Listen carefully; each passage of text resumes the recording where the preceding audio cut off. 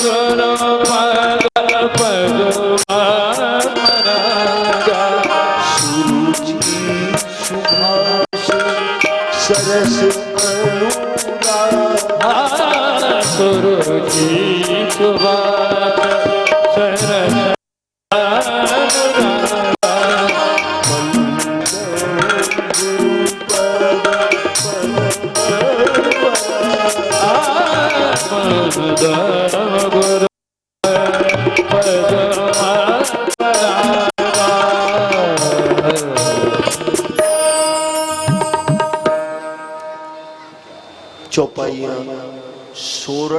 सोरठे दोहा। गोस्वामी जी के दो ग्रंथ हैं, ध्यान दें, विनय पत्रिका और मानस, रामचरितमानस। मानस ध्यान दें, संगीत जगत में गोस्वामी जी ने एक बहुत बड़ा स्तंभ खड़ा किया विनय पत्रिका लेकर के। विनय पत्रिका के एक एक पद, हरि बोल, एक एक पद संगीत पर निर्भर है।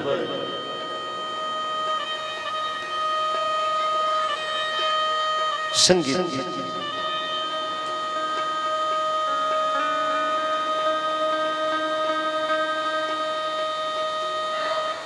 गोस्वामी जी के चरित्र को जब मैंने सुना, पढ़ा, बड़ा आश्चर्य हुआ। गोस्वामी जी को गांव से निकाल दिया गया। इनका नाम था राम बोला। बोलिए जय श्री कृष्ण। क्या नाम था? राम बोला।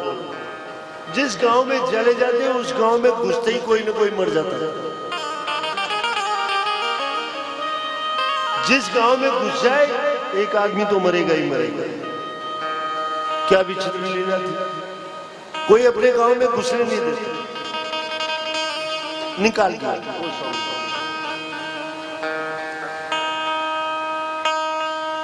गोसाई जी ज्यादा कुछ पढ़े लिखे नहीं थे, चित्रकूट पहुंचे। बोलिए जय श्री कृष्ण। चित्रकूट पहुंच करके गोस्वामी जी ने अपने एक संत के आश्रम में प्रवेश किया। कोई भी संत गोस्वामी जी को प्रश्रय नहीं देता। वहां पहुंचे, वहां पहुंच करके संत के आश्रम में रहने लगे। और गोस्वामी जी भगवान श्री राम के चरित्र में बड़े लीन रहते हैं।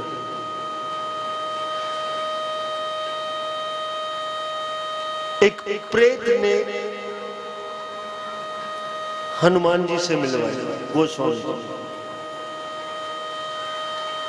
शौच क्रिया के लिए जाते, बहुत संक्षिप्त में ले जा रहा हूं, कथा अभी बहुत है। शौच के लिए जो पात्र लेके जाते थे, गुदा प्रक्षालन के पश्चात जो ही वापस आते थे गोस्वामी जी, एक अर्क के पेड़ के ऊपर वो अवशिष्ट जल डाल दिया। राम बोला नाम था। वो खराब जल, अशुद्ध जल उस आंकड़े के पेड़ पर चढ़ा दिया। ये रोजाना का काम। आश्रम के बाहर वही पेड़ और कोई पेड़ नहीं था। ध्यान दें, आपका यदि भाव पवित्र है तो दुष्ट व्यक्ति भी आपके उस भाव में लीन होकर के आपकी सहायता करेगा। डिपेंड करता है, निर्भर करता है आपके भाव कितने पवित्र हैं।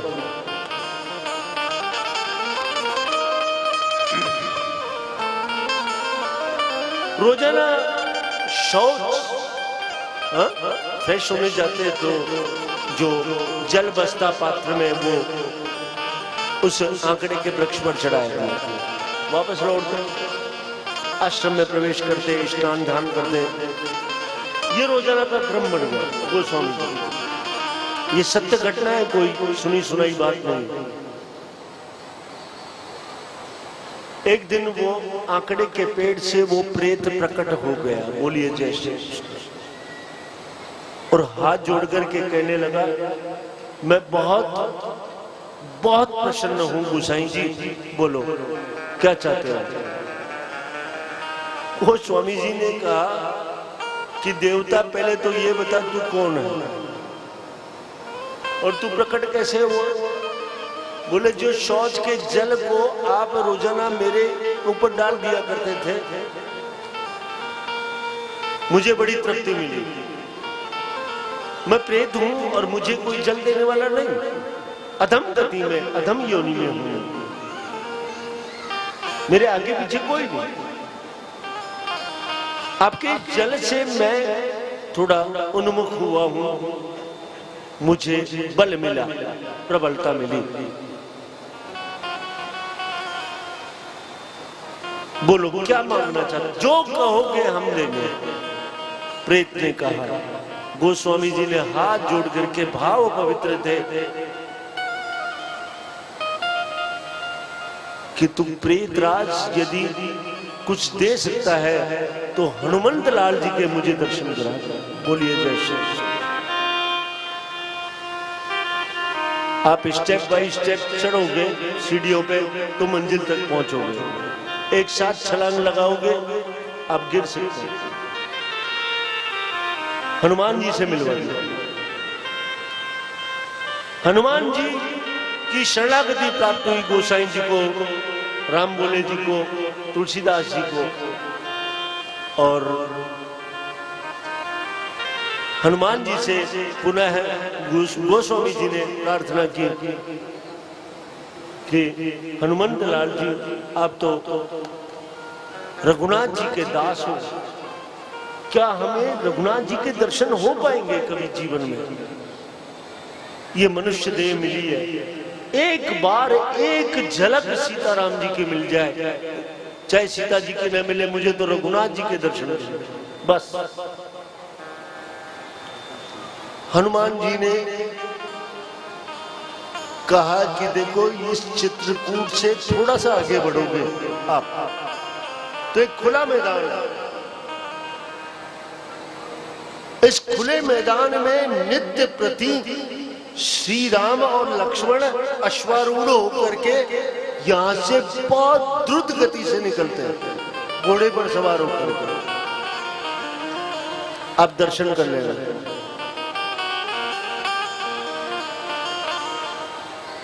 ठीक। गोस्वामी जी को छिप करके बैठा दिया हनुमान जी ने। आप यहां बैठ जाइए इस पेड़ के ओट में।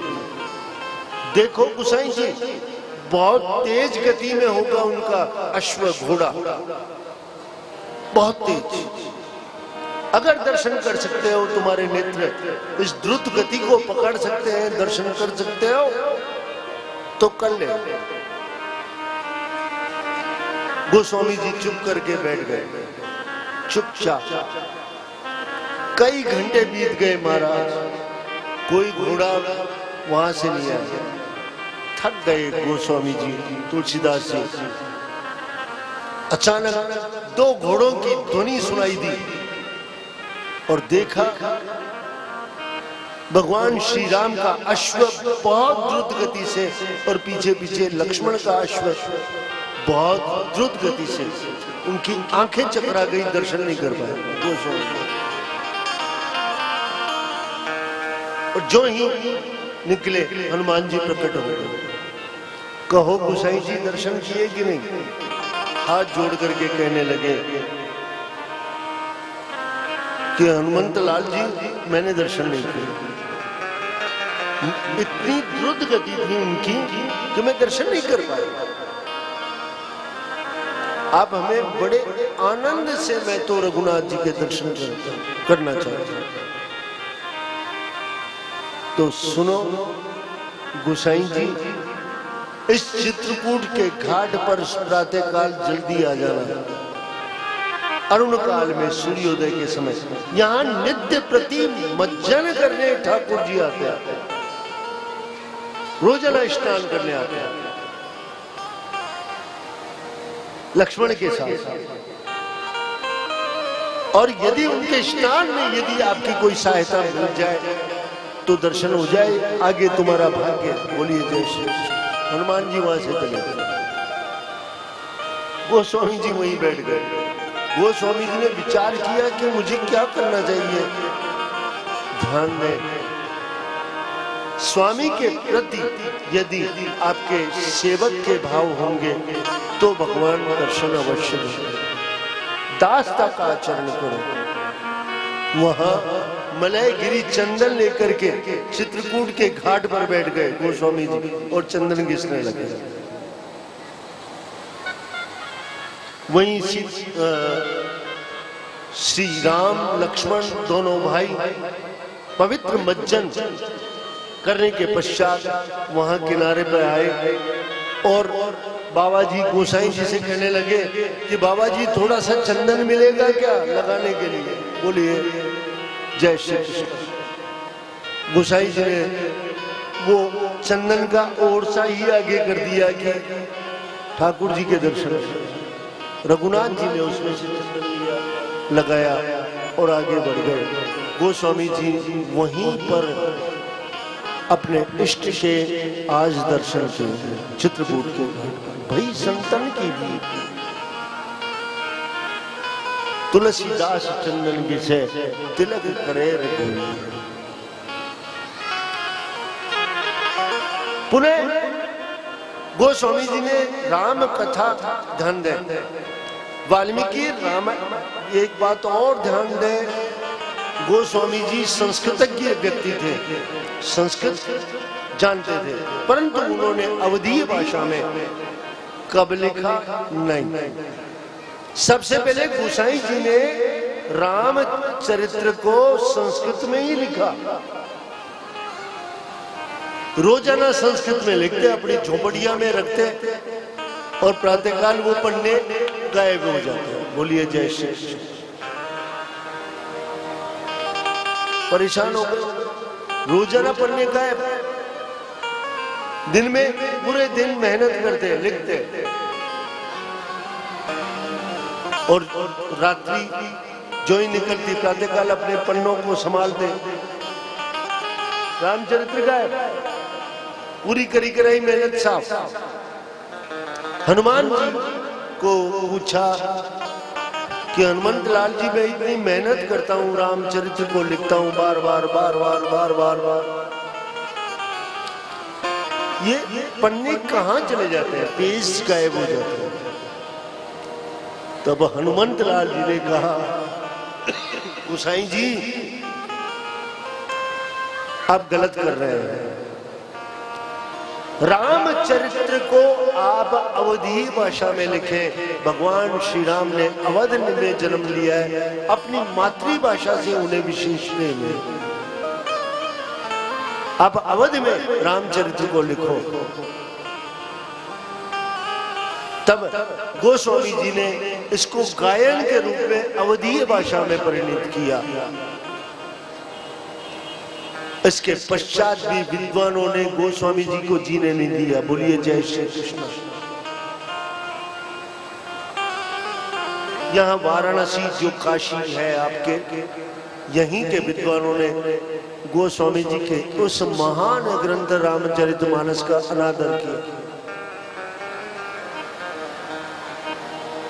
उसका संस्करण नहीं होने दिया। उस समय प्रकाशन मुद्रण तो चलता ही नहीं था, लिखित ग्रंथ थे। बोलिए जय श्री कृष्ण। बातें न करें, ध्यान से सुने। उस समय मुद्रण नहीं हुआ, प्रकाशन नहीं था। गोस्वामी जी ने हस्तलिखित उस मानस रामचरितमानस को लेकर के जब वाराणसी पहुंचे तो वाराणसी के पंडितों ने, विद्वानों ने वाराणसी में नहीं घुसने दिया गोस्वामी जी को। बोले बाहर रहिए। क्यों? मैं काशी विश्वनाथ के दर्शन करना चाहता हूं और आप बाहर निकाल रहे हैं। बोले हमने सुना है कोई ग्रंथ लेकर के आए हैं, हमारे काशी के विद्वानों को तुम नीचा दिखाने के लिए आए, शास्त्रार्थ करो हमसे, ऐसा काशी के विद्वानों ने कहा।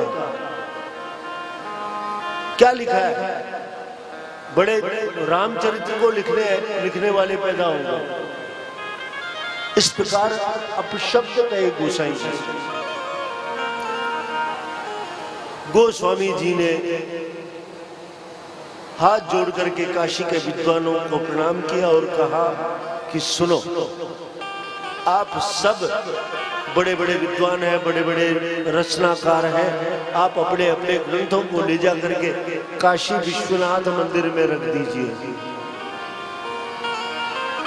सब अपने अपने रचनाकार अपने अपने ग्रंथों को ले आए। काशी विश्वनाथ के मंदिर में विश्वनाथ भगवान के समक्ष अपने अपने ग्रंथों को रख दिया। नीचे नीचे गोस्वामी जी का ग्रंथ रख दिया और सब विद्वानों ने उनके ऊपर अपने अपने ग्रंथ रख दिए। और मंदिर का कपाट बंद कर दिया। सारे के सारे विद्वान एक रात्रि भर वहीं जागरण किया, सब बैठे रहे। प्रातःकाल मुख्य पुजारी ने जो ही मंदिर का कपाट खोला तो आश्चर्य हो गया। गोसाई जी का जो ग्रंथ रामचरितमानस नीचे नीचे रखा हुआ था सबसे ऊपर आ गया और उस पर कुछ पुष्प रखे हुए थे और लिखा हुआ था सत्यम शिवम सुंदरम। वहीं से मानस उत्कृष्टता को प्राप्त हुआ। काशी के विद्वानों ने पराजय स्वीकार की गोसाई जी के सामने और पुनः रामचरितमानस का संस्करण हुआ। बोलिए जय श्री कृष्ण।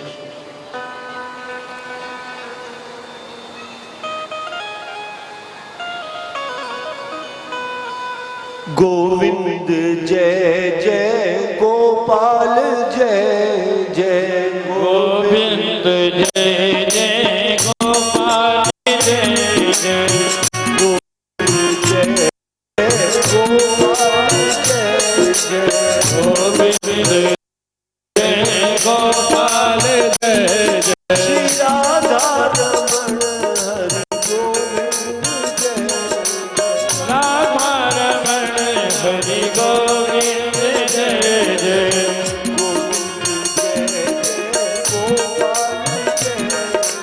गोविंद जय जय गोपाल जय जय श्री राधा रमण हरि गोविंद जय राधा रमण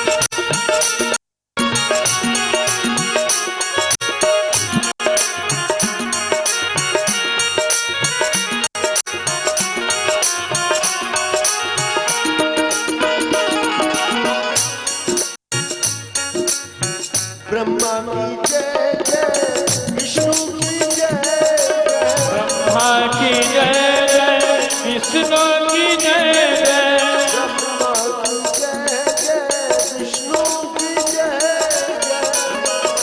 जय, जय विष्णु की जय जय, उमापति शिव शंकर की जय जय, उमापति शिव शंकर की जय जय, गोविंद जय जय, गोपाल जय जय, गोविंद